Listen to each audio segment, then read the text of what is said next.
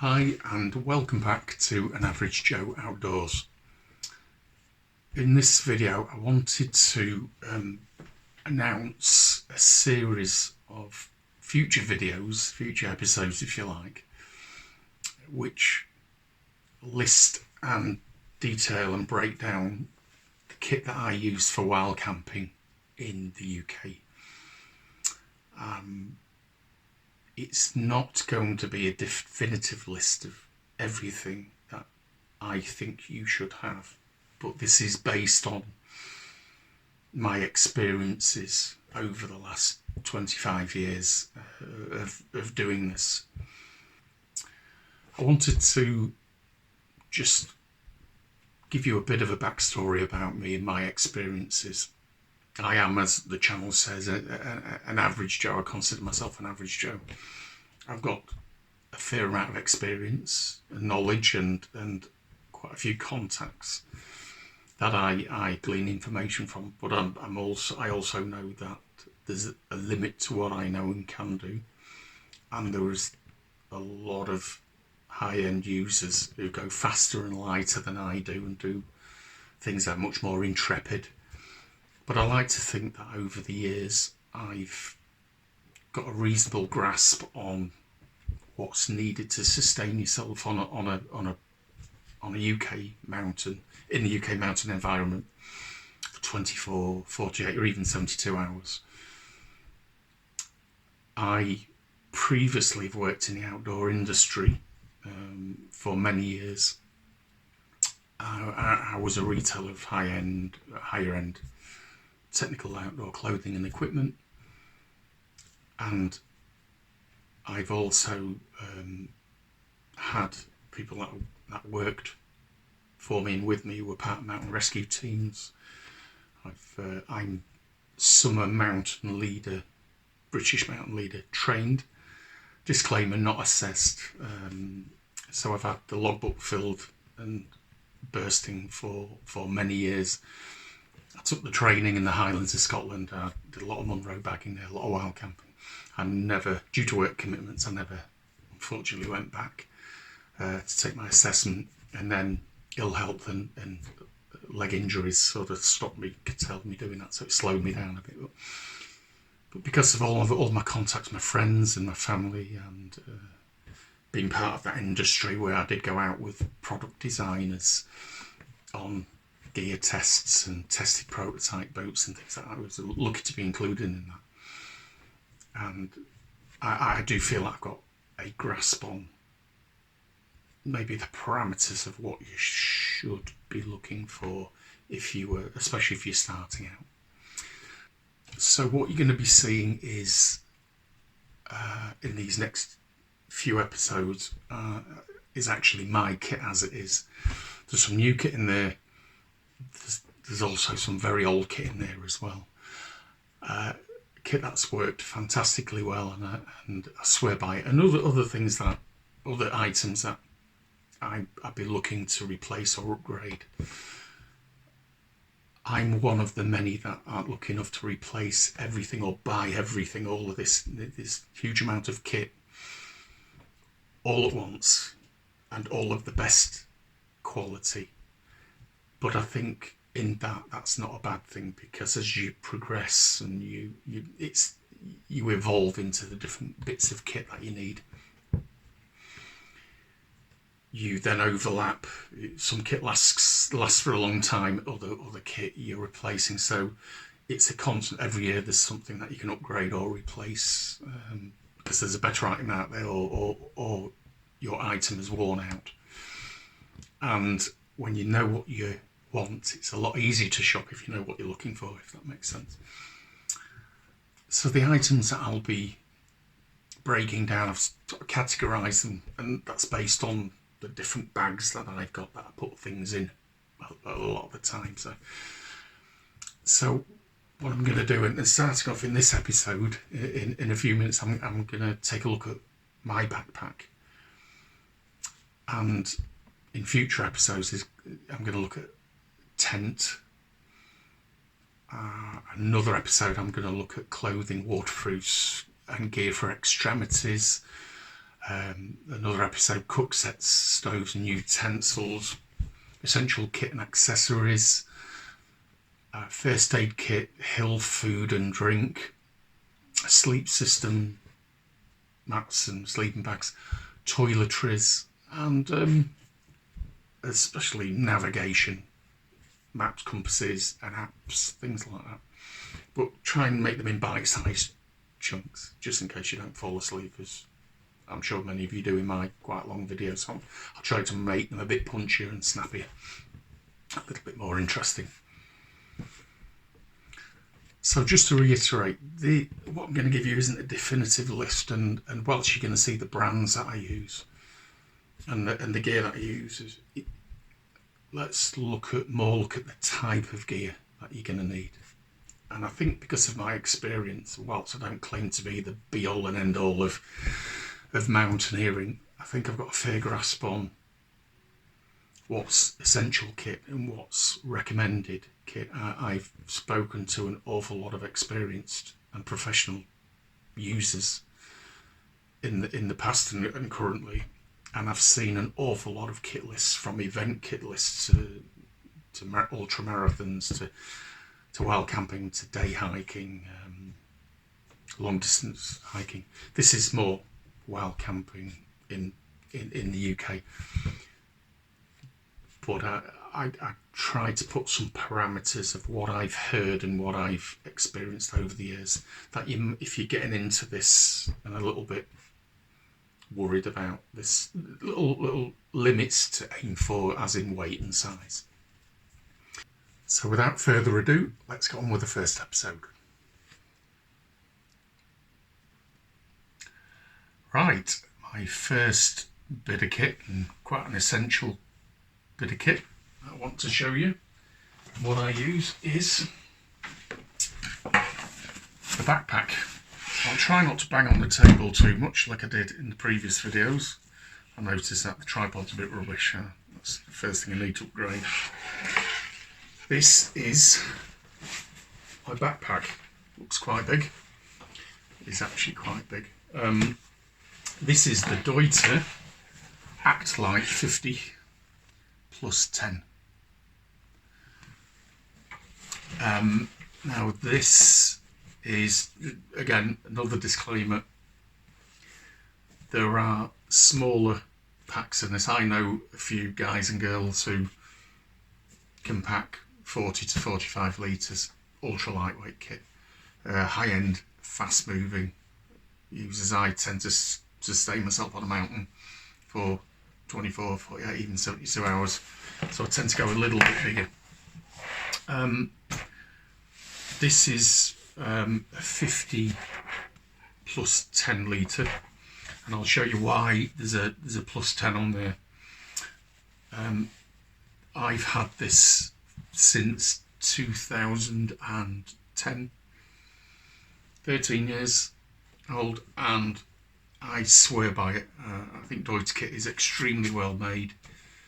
It's fairly light for what it is. It's called the Actlight, so it's about 1.58 kilograms. Again, there's lighter, but there's also a lot heavier as well. Now, the first parameter that I might want to advise is something that's been mentioned to me in the past when I used to live and work in the Highlands of Scotland. And there was an unwritten rule of thumb that I've heard this from a few pro users and professionals, that if you can't get your wild camping gear in a 50 litre pack, then you need to be looking at reducing the size and the weight of your gear. And it's a loose rule of thumb, which I think is a good gauge to sort of aim for. I've upped that a little bit for myself to 55 litres. This is a 50 plus 10, but 55 litres. I think in the Highlands of Scotland, the mountains are much bigger and more of them, and the walk-ins and the bases of the mountains and the walk-ins are bigger than, say, England in the Lake District. So you tend to need to sustain yourself a little bit longer, if you like. I know there's people that do different activities on the mountains, like there are alpine climbers and wild campers, and they'll do the alpine style. It'll be 40 litres with the ice axes. The hip belts are removable. They don't need the comfy stuff. It's more about extreme and lightweight and getting the job done and getting on and off the mountain as safely and as quickly as possible. And I just wanted to just give a little context. I do like some context, but a little bit of context to that comment that you're going to need a bigger pack in Scotland than in England. You get some really big days wherever you are. I'm coming at this from a more UK standpoint, but to give you some context, if you're doing a big day in the Highlands, if you imagine the highest mountain in England is 3,210 feet, 978 metres. That's Scafell Pike, of course. If that was a Munro, on the list it would be the 170th highest, 170th highest in Scotland. So it's a fair comment to sort of say there's more scope for bigger days, a lot less compressed, a lot bigger walk-ins, a lot more height, a lot less paths in Highlands. So I think if you use the rule of thumb, 50 to 55 litres, anything over that, you need to be looking at upgrading, improving certain items. And I'll include tents in that. I know that there's now, it's quite common, a lot of us, include myself, like the idea of a 2-person tent while it's your solo camping. Years ago, it used to be 2 of us used to share a tent, like a 3.5 kilogram tent, geodesic, very strong.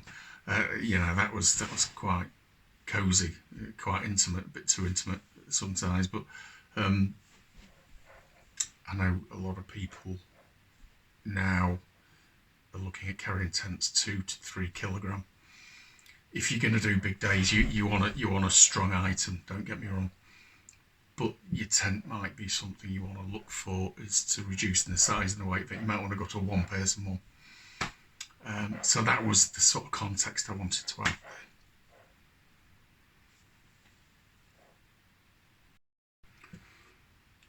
Just something to bear in mind as well.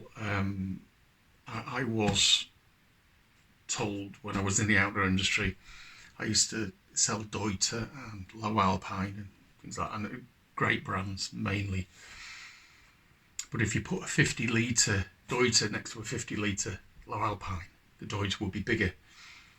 So if you're shopping for these in particular, just make sure that they, I think Deuter didn't include the top pocket, quite a big top pocket, in the literage count. So side by side with the Low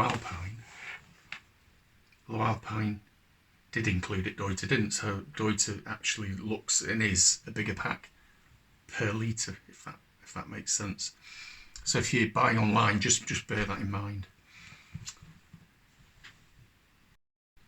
Now I'm going to do a mixture of reading from the BUMF. I think it's right at the time of press, 2010, but also sort of highlight features that you might want to look out for. So this is the Atlite 50+10. It's got a removable aluminium X-frame, makes for a comfortable pack for heavy loads, which is really important. It's got an air contact pack, increases airflow between you and the pack. So there's the grooves here, and here, and there. So there is a chance to get some airflow. Supposedly reduces the sweat on your back, and it kind of works to a degree. It's got padded multi-layer hip belt for extra comfort. Now this I think, let's generalise it as a feature for carrying. Bear in mind that your pack's going to be a lot heavier. If you're in the market for a pack, look for a deep and padded hip belt. and for the smaller back as well, you are supposed to carry most of the weight low down and to the small of your back and on your hips. But on the pack, this is where you carry most of the weight and you take it off the shoulders. So a really well padded hip belt is essential. You've got pull forward hip adjustment, easy to fasten with heavy loads. It actually pulls forward and not back. That's actually a lot more intuitive. It's compatible for up to a 3 litre hydration pack inside, and the tube, little hole for the tube that comes out. It's got an extendable lid. Again, generally that is essential to heighten the pack. I'll show you in a bit. And that increases the litrage size by 10 litres, hence the 50 plus 10. So it's extendable up there as well. And part of the plus 10 is elasticated pockets at the front and at the sides. Compression straps, ice axe loops, stretch front compartment, stretch side mesh compartments that I've just said. And it's got a very quick back system. If you're going to get one, try and get fitted in store if you're going to pay this amount of money. And you've got 4 different levels, and it's to get the pack sat on the hips and it's not overtaking and too high over your shoulders, so you're going to get backache and shoulder ache if you don't get it. Go into a shop, a real shop, a proper store, and look about getting it fitted correctly, because this is a very important kit, this. And it's got a separate base compartment with an inner separator. So very quickly then, if you look at this top pocket, really big, get a lot of kit that you need to get in there quickly. It's always advised to carry heavy gear close to the small of your back and not too high and not too low. I find this feature very handy. You've got a front access there, which you do have with a lot of Deuter kit. I'm going to take this pillow out, secret of a retailer, and in there's an inner divider. So there's a zip, there's like a plate there, soft plate, you zip across, and that can separate. It's good for separating. I put wet gear in there and sleeping bags wrapped up, wet gear, or muddy gear out of the way of the other parts of the pack. And this, if I just stand up, another really important feature to look out for. If you look in there, because you're going to put a tent in here and they can be quite long. You can remove the inner separator, you can unzip it so it goes right through, but the weights of tents that some people are carrying now, they're quite long when they're packed up. So this is where the extendable is. That extends up like that, and you've got another draw cord on there. Can you see that? And then for that hood to go over, another feature you really need to, it's essential to have, is a floating hood where that can go up over the top. In later videos I'll show you when it's all packed, but that makes it so that's a really good size. It's a fairly slim pack, but it's quite a long pack. But you haven't got the bellows pockets where everything's too wide and too bulky. So I'm making a racket here as well. Your bladder goes in there, and you've got holes that come out here. And the hydration pack there. And that bladder and the tube will come out and attach there. But that, in a nutshell, is the pack that I use. It's actually really quite light, about 1.5 kilograms, maybe 1.6 kilograms. But it's extremely versatile. I've had it for 13 years. It was about 120 quid at the time. I think they're about 150 quid now. You have to check online, but I think Deuter packs are very good quality very versatile, lots of features, but the features I think you should look out for is a really comfy padded hip belt, adjustable back, floating hood, and not as essential, but an inner separator as well. That can be removed. Now that is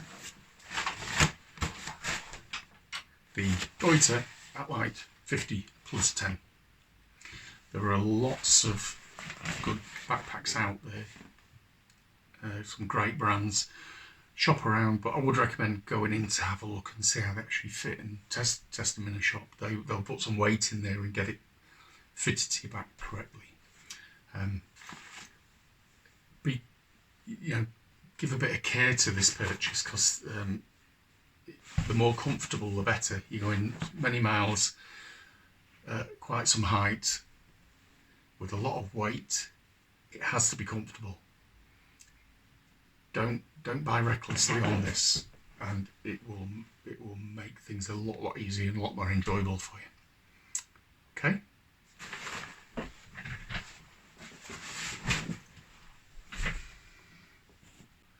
So I really do hope that you've got something out of this first episode of my wild camping gear. This is my current kit at the moment, and whether hopefully you've found it of interest, please hit the like and subscribe button if you have.